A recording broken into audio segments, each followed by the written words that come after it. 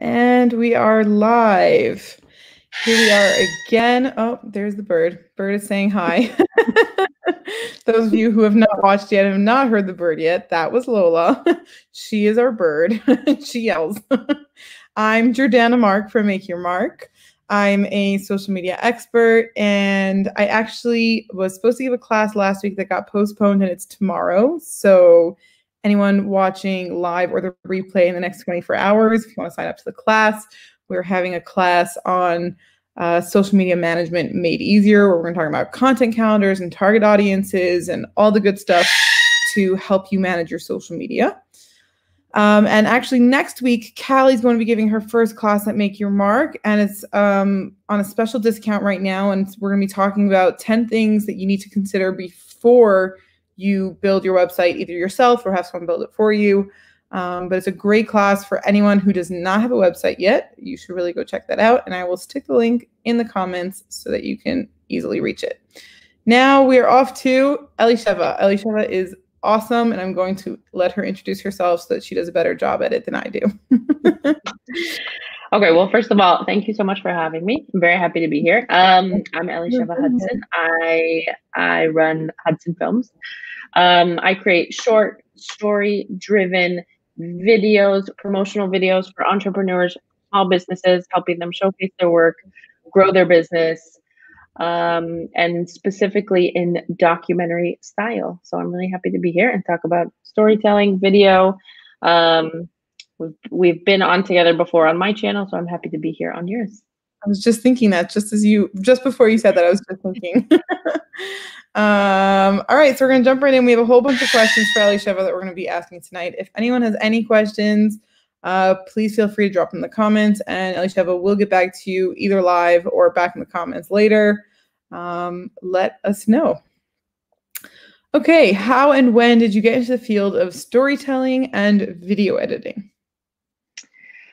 So I feel like I'm one of those rare people that went to school for it. When I was an undergrad, I went to a film school, but I really started off in video production. In high school, I was in theater, and I knew that, theater wasn't necessarily going to be a career for me. So that just felt like sort of the natural progression. Go into video, go into film. So in college, I started doing kind of like news broadcasting, video, live TV, all of that sort of thing. And eventually I started feeling like, okay, is this really what I want to be doing? And I kind of migrated into documentary. And I found that I really liked the process of it, both from a point of view of just building the story, the process of being on set versus, fiction filmmaking. And then from there, I went on to grad school, actually, and I focused more in documentary. And wow, just kind of like kept going in it.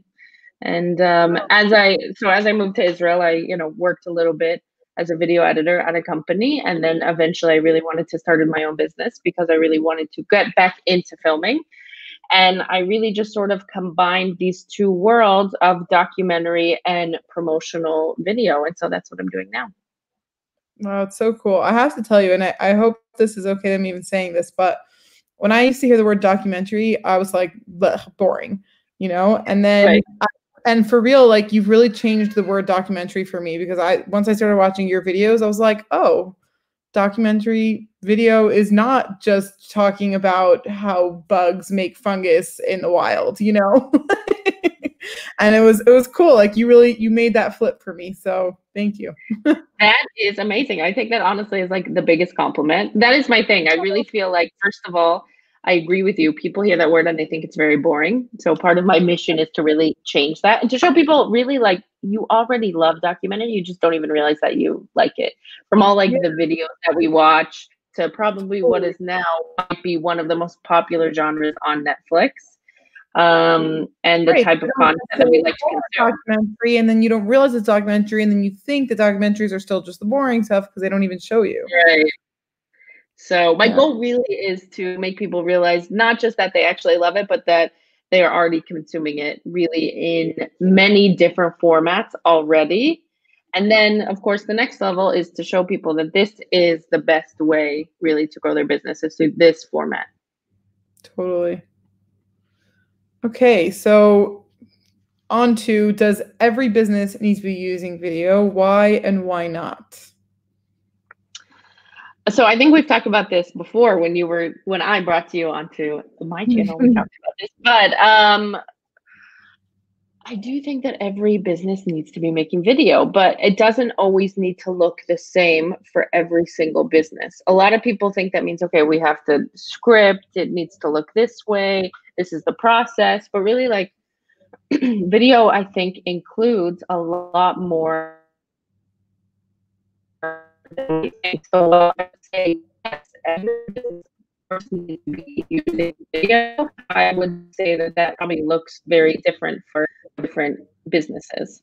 And I would even say that a lot of businesses, I think we're going to like get into this a little bit more later, but I think there's lots of different phases too for video with business. I think some videos are really fitting for businesses really making it themselves, and then other videos are really fitting for outsourcing it. So the long answer is yes, they do. But I guess really in order to sell it to people, so if you're a business and you have not made video, so the question will be why or why not, right? That's the second part of this question, why? So we already know that visuals play a really important part in your business, right? To just have the written word and to never utilize visuals in any way is not really going to be a recipe for success with your business, in my opinion, right? You need sort of both things here, right?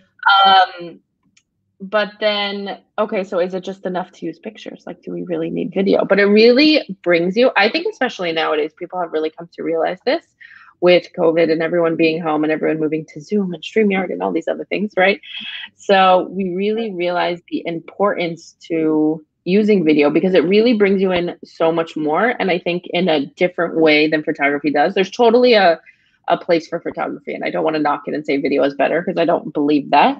But I think that there's a place for all of these different mediums, and it brings you in a much different way. And I think it's just really important with connecting with your audience is by using video.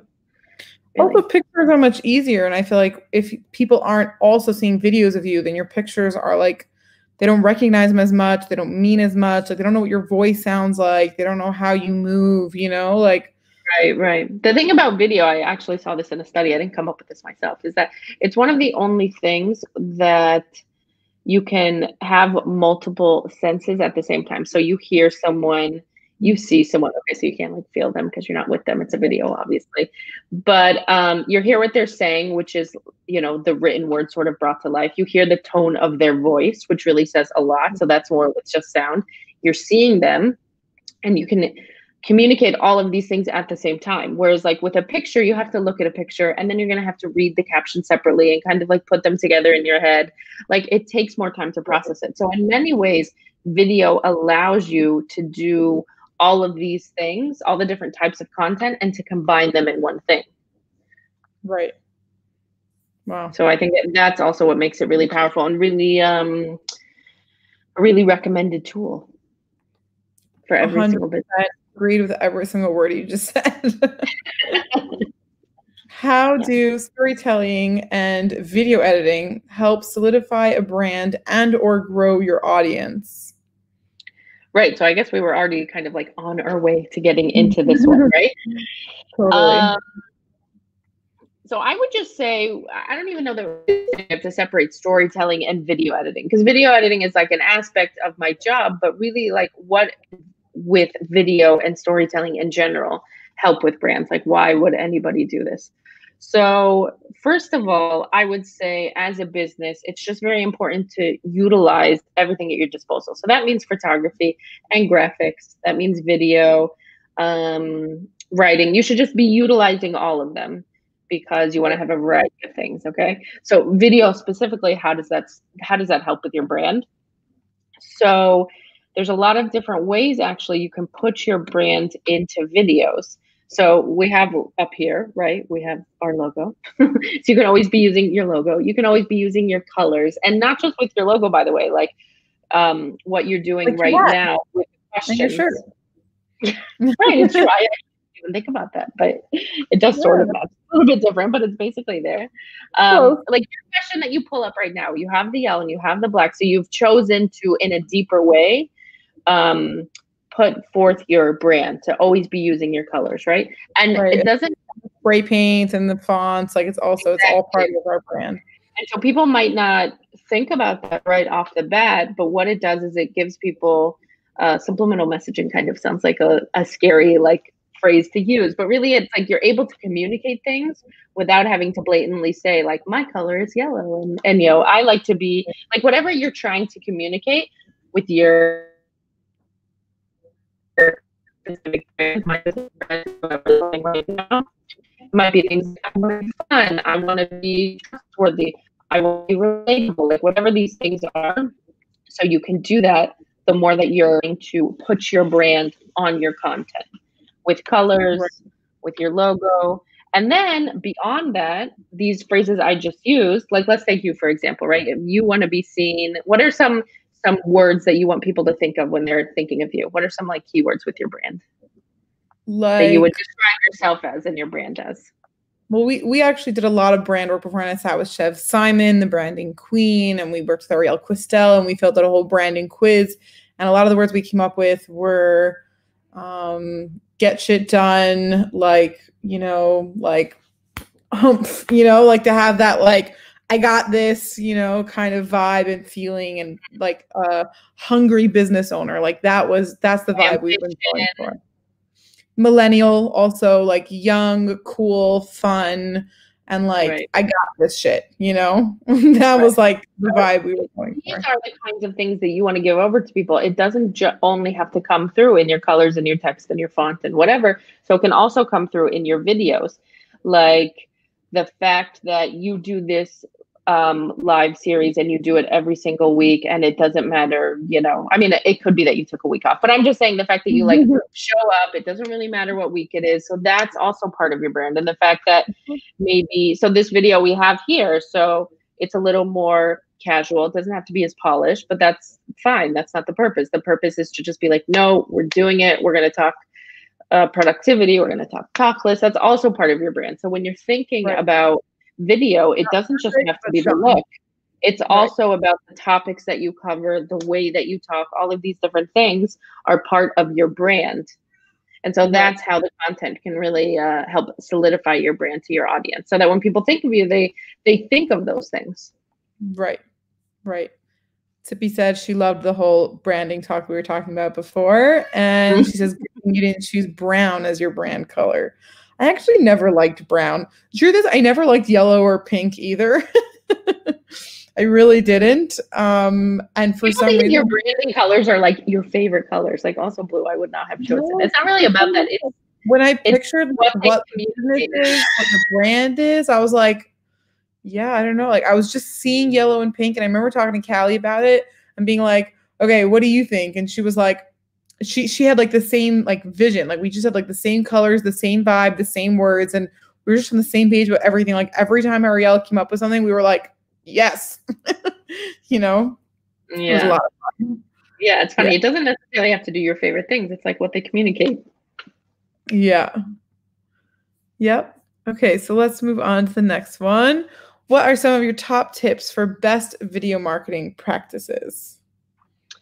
Ooh, there's so many. It can depend on so many factors, and obviously, what you're trying to do. So, so the first ones I would say really have to do not specifically with video, although I think they really, really apply to video. So one of them I start off by saying is, I guess, be consistent. So a lot of people get really overwhelmed by this idea of video, right? They think, oh, it's going to take so much, or maybe they have this like spur of inspiration and all of a sudden they want to get making video. So that's really great to, make like 3 in a row that are really in-depth and amazing.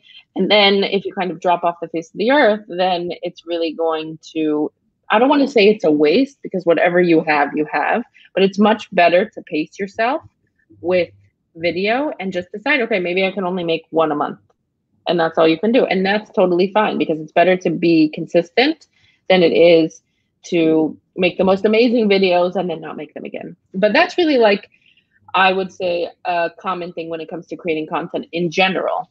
But it's, I just want to reiterate that that's very important for video as well. So that's one. And then the next thing I would say, which really goes hand in hand with being consistent, is you want to make it as easy as possible for you. Oh, that's Eric Grace.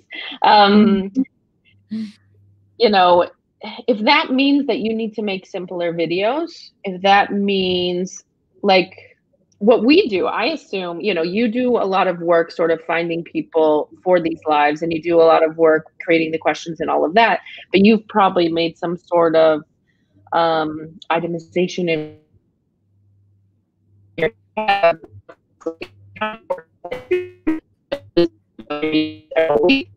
And that's easier to. You could make a lot more complicated. You could like set up a whole camera and do a whole thing, but you're like, no, there's some things I'm willing to do and some things I'm not willing to do.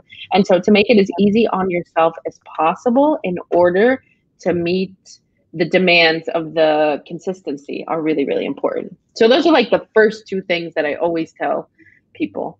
Make it easy on yourself and to be consistent. Right. No, it's true, because once you make it easy, it's much easier to stay consistent also. Right. This is why so many people, I think, really suggest to people that they, first of all, I get the question a lot, like, what equipment should I buy? You know, I wanna spend money. I'm gonna start doing content and start doing all this stuff. So what camera should I buy? And I really urge people, honestly, to not really buy a camera. Like, there are other things that I would say you should really invest in, but not to buy a camera. It's just use your smartphone, because smartphone videos are pretty easy to use, and they're getting better and better. So chances are, if you have a smartphone from the last 5 years, let's say, then you still have a very good camera. And so there's no reason to sort of invest into this new camera and spend all of this time trying to figure out how it works. And a lot of times people equate like spending money with the end product being much better, and that's not really the case, especially when you're jumping into cameras that you don't understand. It's really easy. And still get really bad footage from it, you know. So anyways, I could talk about that for a million years, but the point is that you should really take what you have. Because a lot of times, if you haven't made video before, you don't understand how much time it takes to think of content, to film it, to edit it. That's like a whole other ballgame also with editing, right? So you really need to make it as easy on yourself as possible. Otherwise, you're not going to keep it up. Right. So first, prove to yourself that you can actually be consistent and make videos. And then down the line, then you can say, okay, I'm going to buy something. That's like general. I got myself when I was consistent with my Instagram stories. Got myself a little clip of a selfie ring light for my. Like once I'm doing this for a month, then I'm allowed to buy something. But honestly, like your first video that you ever make, give yourself a test and don't actually buy anything, and see if you actually follow through and do it. And if you do that, then you can sort of give yourself like a present of buying something and investing in it. Because it may be that it's too hard for you. It may be that you can't do everything. She has one too. It may be that you can't keep up with this idea of content that you have in your head. Now, do I still think you can be making video? Of course. But don't waste your money unless you know what you really need. Totally. Oh my gosh, yeah. Right. And then some other things. I mean, I could go on. There's like a million video marketing practices. But the other simple thing. Next time we'll do a whole video about video marketing practices. Right. The other thing I will say is there are a lot of visual things that you can do in a video easily. Like we were just sort of referencing before, but you should always be putting your logo on your videos. You should never use more than one font. It should be a simple font. A lot of people, I think, make the mistake with videos of having subtitles that are like a million different colors and different fonts. You know, first of all, you should always use subtitles, that's for sure. And then you should make them as simple and easy to read as possible. Subtitles are not the place to try to grab people's attention. It's really just there for function. Like, let me be able to read what is happening in the video, audio-wise. Totally. And then beyond that, when you are using color, you should, you know, use your brand colors. You should make everything look uniform. You know, if you're new to editing, then just like do these simple things. And it's better that it's simple and it looks clean than it is to be fancy and advanced and all of these other things. That's what I would suggest. Totally. Okay. I hope you guys all got that. That was a lot of some awesome tips. Be easy, be consistent, prove to yourself that you make stuff before you spend any money on it, and put your brand colors visually in a simple way on your video. Hopefully that it sounds a little bit less overwhelming when we hear it just like that. Check. Done. How do you calculate ROI from a video? And can you tell everyone what ROI is in case someone watching doesn't know?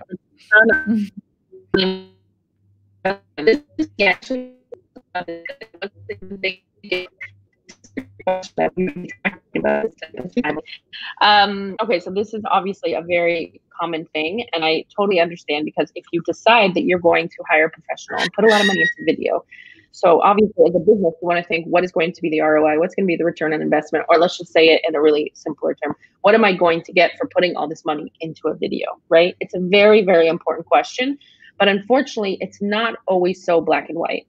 I think I used the example in my post today of, sometimes if you put out a Facebook ad, then you'll be able to get those analytics, those responses right away. Oh, my sales went up this number, or I got this many more likes to my group, or whatever. It's very easy to see the effectiveness of a campaign. So with a video, it's not always that way. Sometimes it's that way. It really depends on the type of video that you're making. Are you making a video that's a testimonial about your business? Is it a product video and you're really putting it out to specific audiences? Like, there's so many options for videos that you could be making for your business. What I would say is the best way to calculate whether or not a video you made was successful or not. First of all, I think you need to have a lot of patience, because if you're in the beginning stages of building your audience, sometimes people put a lot of effort into those first videos that they make, let's say. But if you don't have an audience, then I think that you're really expecting too much from a very small audience, that all of a sudden your business is just gonna like explode incredibly, right? So you need to have patience with yourself. If you do have you feel like you have a good established audience, you've been around for a while, and now you're putting money into a video. So how can we see whether or not that video was effective? So first of all, I think that you start hearing from more and more people, oh, I saw that. Oh, it looked really awesome. You looked really great. If you're going to invest into a video, I think that there are certain reasons you do that, which are, it makes you look more professional. You're going to have a piece of content that can be used in various formats, your website, different channels on social media, maybe for a paid campaign you have coming up. So you want to kind of be thinking bigger picture. So if you end up using that video for multiple purposes and it saves you a lot of time, I think already that is an amazing ROI. That's an amazing benefit to get from a video, because I think as small business owners, we waste a lot of time and we spend a lot of money sometimes on things we don't need to spend on. So it's all about being smart with our purchases, right?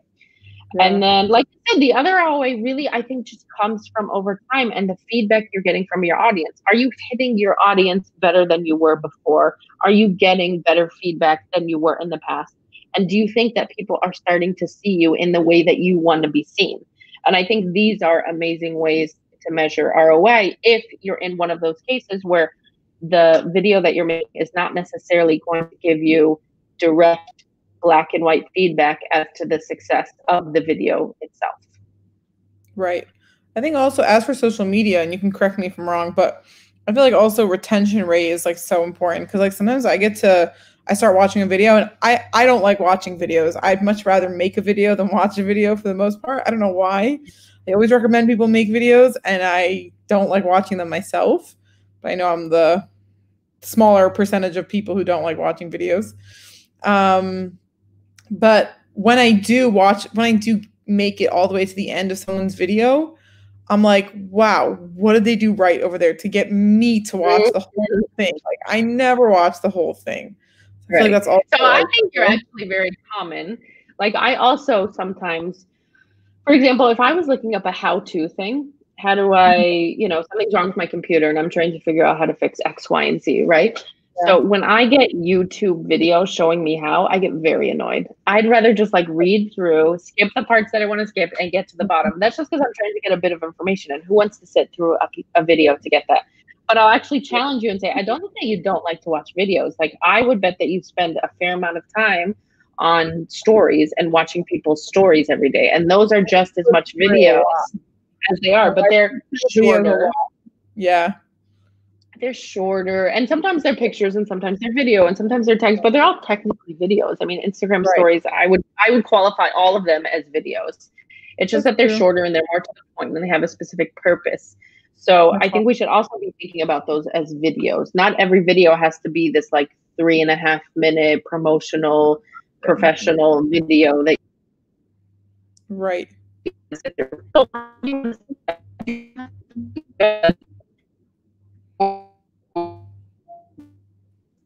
To Oh, I think I missed the last sentence you just said. Sorry. I was just saying that it's really, really hard for these promotional videos that I was referencing, these 2, 3, 4 minute videos, to be interesting to people that aren't necessarily your audience. Or even if they are your audience, it's also very hard to make that interesting. Why do I care about you just promoting your business? You have to do so much more to make it interesting for people.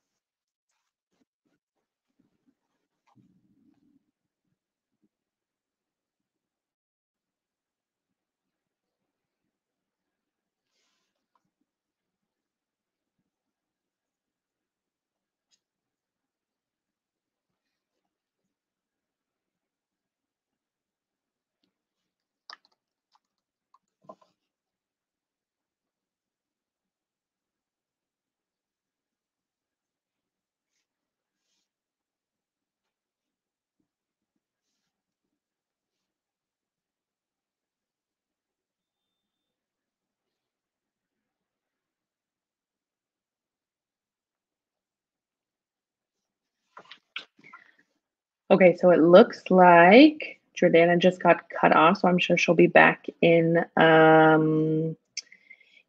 just a minute. So I would love to see if anybody's here. If you have any specific questions about video that you've made for your business, I would love to hear. If you have any.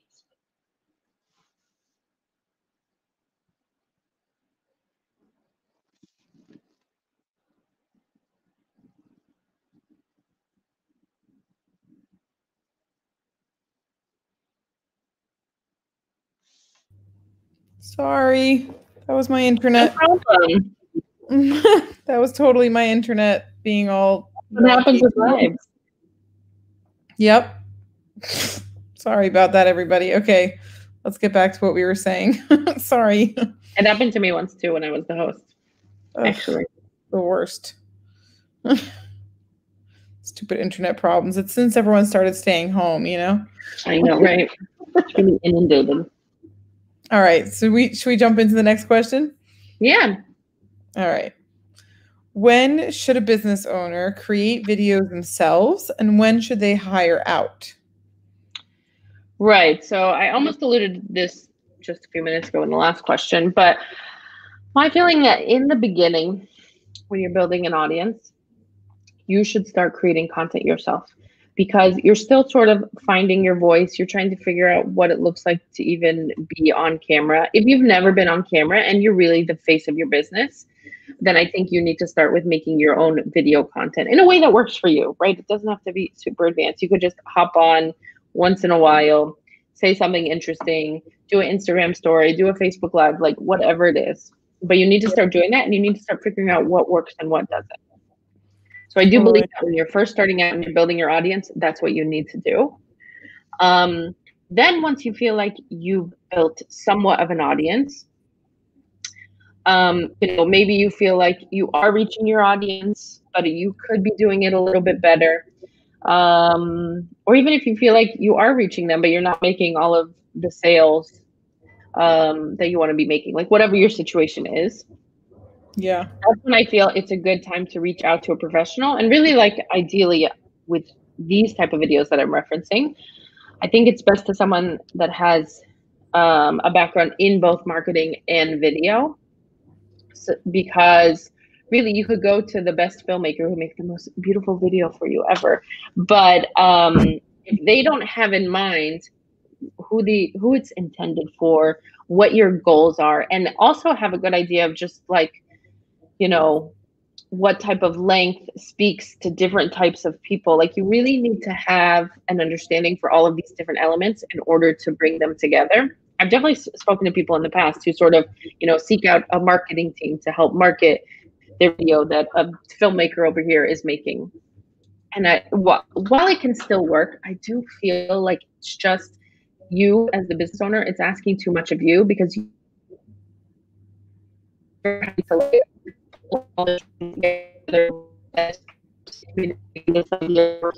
this person.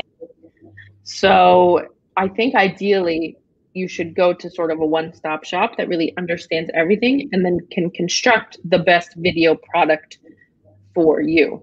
It doesn't mean they're doing it by themselves. Maybe they have people that they seek out as well, but to sort of be working on it as a team. That's when I really feel like video is effective. Some other times that it's a good idea to hire a professional video is if you have a specific event, a specific campaign, a specific product that you're really going all out on. That's also when I would suggest seeking out a professional. You know, really trying to raise funds for this huge event coming up. And if you don't raise funds, it's going to be really detrimental to you as an organization, X, Y, and Z. And that's the time that you should really get a professional to make a video, because maybe that video is going to appeal to these people with the money who can donate to the cause, you know, whatever it might be.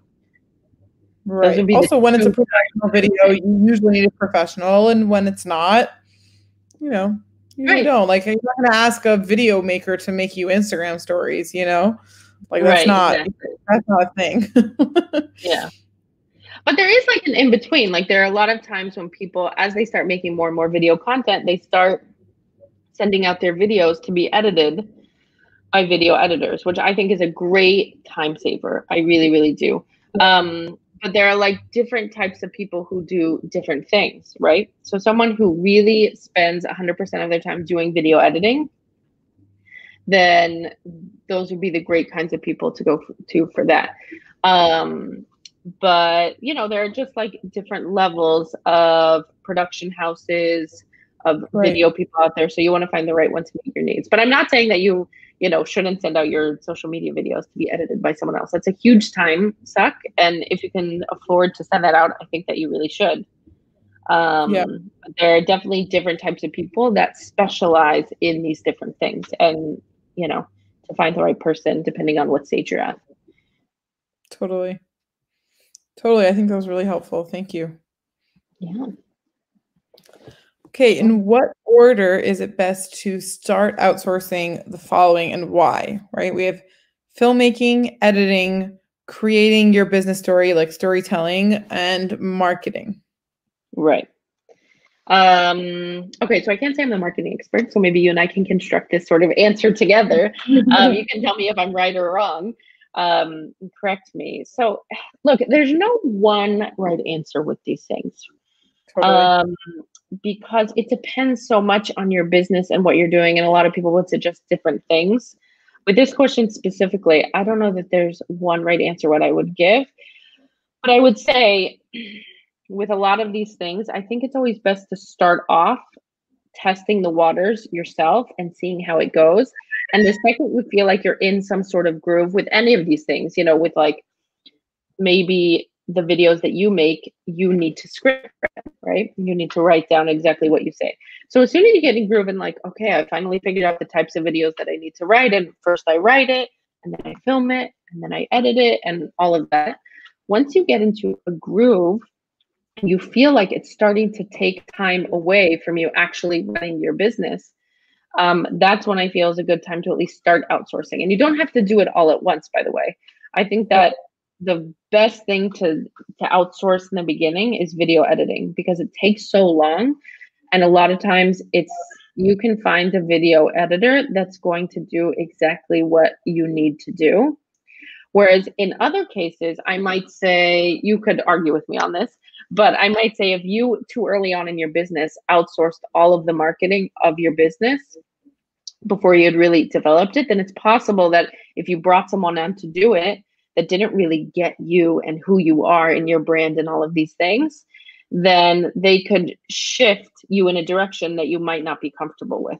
But with video editing, depending on the stage that you decide to outsource it, I think that sometimes can be a little bit more black and white, cut and dry, to where it's safe to say, hopefully, as long as the right person knows what they're doing, which isn't so easy to find all the time. But it's hard to really, really mess that up so bad, you know? Yeah. So I would say editing would be the first one. And then, oh, it's hard with the other ones. I don't know. Creating your business storytelling. I feel like also that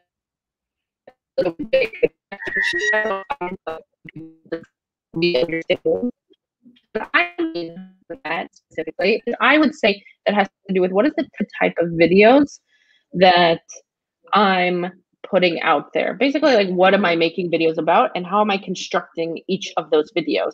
So I guess that's sort of in the writing stage. So again, I would suggest that you start off testing the waters a bit yourself, seeing what works. And then after a while, I would say that if you really feel like you might not be hitting your audience, this is kind of a mixture of marketing and storytelling. But I would say, why not just have a consult with somebody just to see where you're at? Yeah. And kind of like assess it. That doesn't mean you have to hire them full time, but you could pay them for an hour of their time to sort of figure out, okay, where can I move from here? So also outsourcing some of these things doesn't always look the same. For an editor, it's like you send them a video, they send you one back. For storytelling, so maybe you're with a consultant who can give you some really good advice that you can apply to your business, right? And that sometimes it's much easier to part with that money because it's kind of like a one-off situation. Yeah. Yeah, listen, I happen to agree with everything that you're saying. I think that the key, the most important thing to remember here and with anything else that you're going to be outsourcing in your business, I think is just remember, it's really important to just remember, outsource the things that, and this is what I've been doing with myself so far, and it's been working, outsource the things that are not just time consuming, but they might just be time consuming because you don't like it, or you don't want to do it, or you procrastinate it, you know? Or you're not good at it. It's not or you're your not thing. good at it, or you don't want to, whatever the reason is, if there's something like blocking you, stopping you, or making it take up too much of your time, that's the first thing to outsource. Like whatever that time is, whatever that thing is that you're like, oh, I have to go edit my video. I'm so not down. You don't want to sit and do it. Like anything that's giving you that feeling, outsource. I feel like these things are really hard for business owners, entrepreneurs, whatever it is, because you're trying so hard to save money, especially early on in the process. And it's really hard to be making good decisions. There have definitely been times when I feel like I spent money and it probably wasn't the right thing, and vice versa, where I was trying to save money and that probably also wasn't the right thing. So it's hard to give a judgment call on these things. But with any of these outsourcing things, if there's a way, I would say, this is general business advice, has nothing to do with video, but whatever. If there's a way for you to test the waters with some, like, let me give one video and see how that one video goes. Let me do one consult and really see, does that help me or does it not help me? And then from there, you can decide, okay, so let's do the rest of it.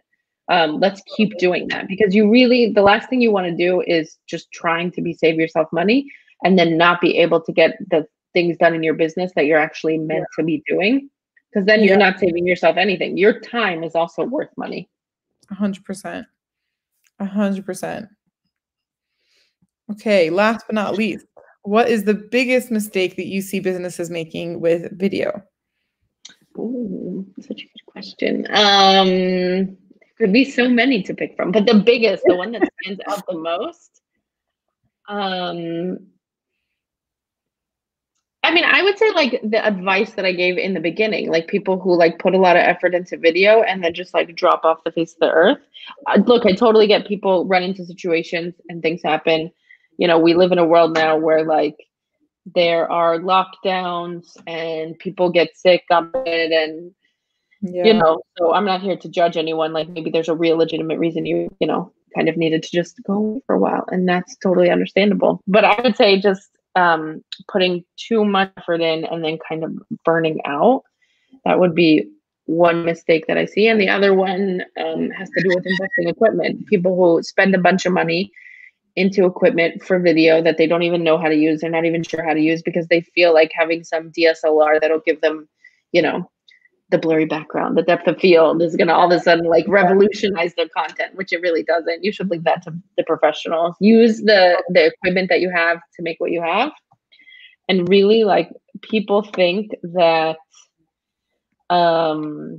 with fancy videos, all of a sudden they'll achieve all their goals. But really, to be honest, the message is so much more important than, this might be a controversial thing to say, but at the end of the day, your content matters more than how fancy it looks. So while it is important to have fancy looking footage once in a while, and it is important, like that's why you hire people, and I'm not saying you shouldn't hire me, but it's more important that your message is really clear. The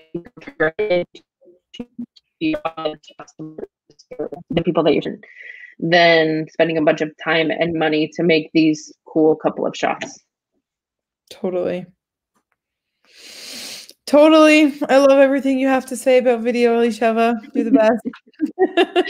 I'm glad we agree. No, we really like, I mean, being that the video that I create is a lot of times, you know, via marketing, you know, we really work in similar fields, to be honest. It's just the difference of, yeah, how we get there, but you know, we do the same thing for people basically at the end of the day. Totally. Well, thank you so much for joining. This was great. Yeah, and thank you so much for having me.